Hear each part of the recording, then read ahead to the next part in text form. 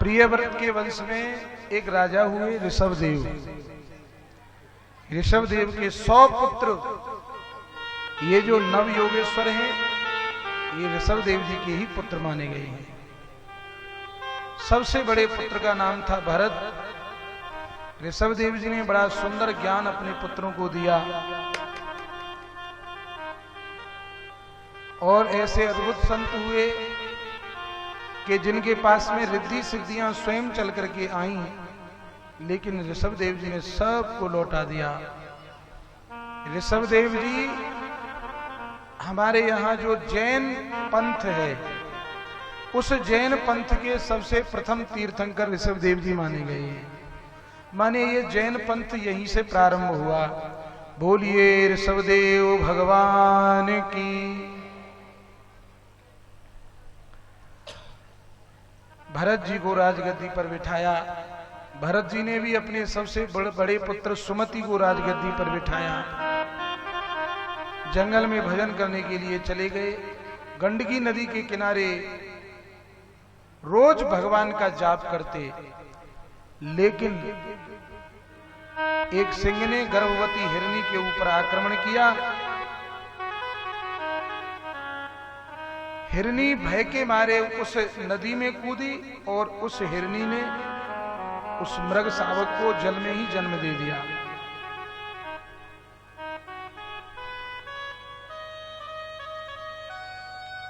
वह हिरनी का बच्चा बहता हुआ जा रहा है। भरत जी ने माला झोली रखी और तुरंत उस हिरनी के बच्चे को उठा लिया। सुखदेव भगवान कहते हैं, परीक्षित, बहते हुए को बचाना ये तो धर्म है, कोई भी हो।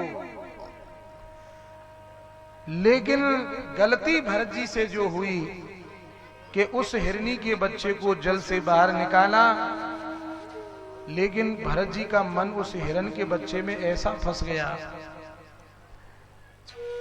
कि जब प्राण छूटे तो याद उसी हिरनी के बच्चे की बनी रह गई। और यदि प्राण छूटते समय हमारे मन में संसार की किसी भी चीज की वासना यदि है, तो हमें फिर वहीं आना पड़ेगा। प्राण छोड़ते समय यदि मन में धन की कामना है, तो हो सकता है भगवान हमें सर्प योनि में भेज दें। प्राण छोड़ते समय यदि हमारा मन नाती पोते बच्चों में है, तो हमें फिर उनके बच्चा बनना पड़ेगा।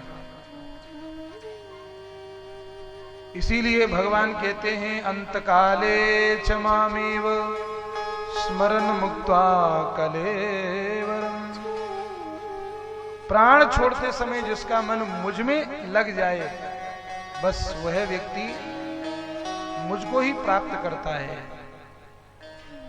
भरत जी ने प्राण छोड़े, मन उनका हिरनी के बच्चे में था, उसी का ध्यान कर रहे थे। और ध्यान करते करते प्राण छोड़े तो महाराज हिरनी के गर्भ में जा गिरे। माने उनको दूसरा जन्म हिरण का ही मिला।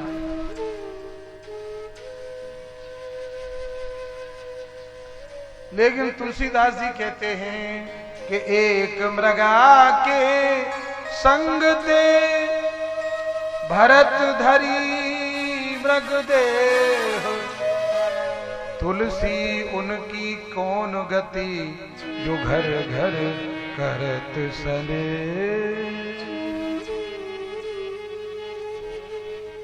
केवल एक हिरनी के बच्चे में।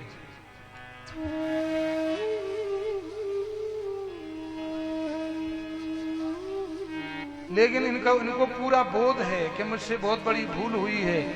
हिरण के शरीर में भी भगवान का निरंतर जाप करते, एक दिन जंगल में अग्नि लगी, इनके प्राण छूट गए। तीसरा जन्म इनको फिर क्षत्रिय ब्राह्मण का शरीर मिला और इनका तीसरे जन्म में भी नाम भरत ही रखा गया। और इस जन्म में इन्होंने भगवान की अखंड भक्ति प्राप्त की, तत्व ज्ञान को प्राप्त किया।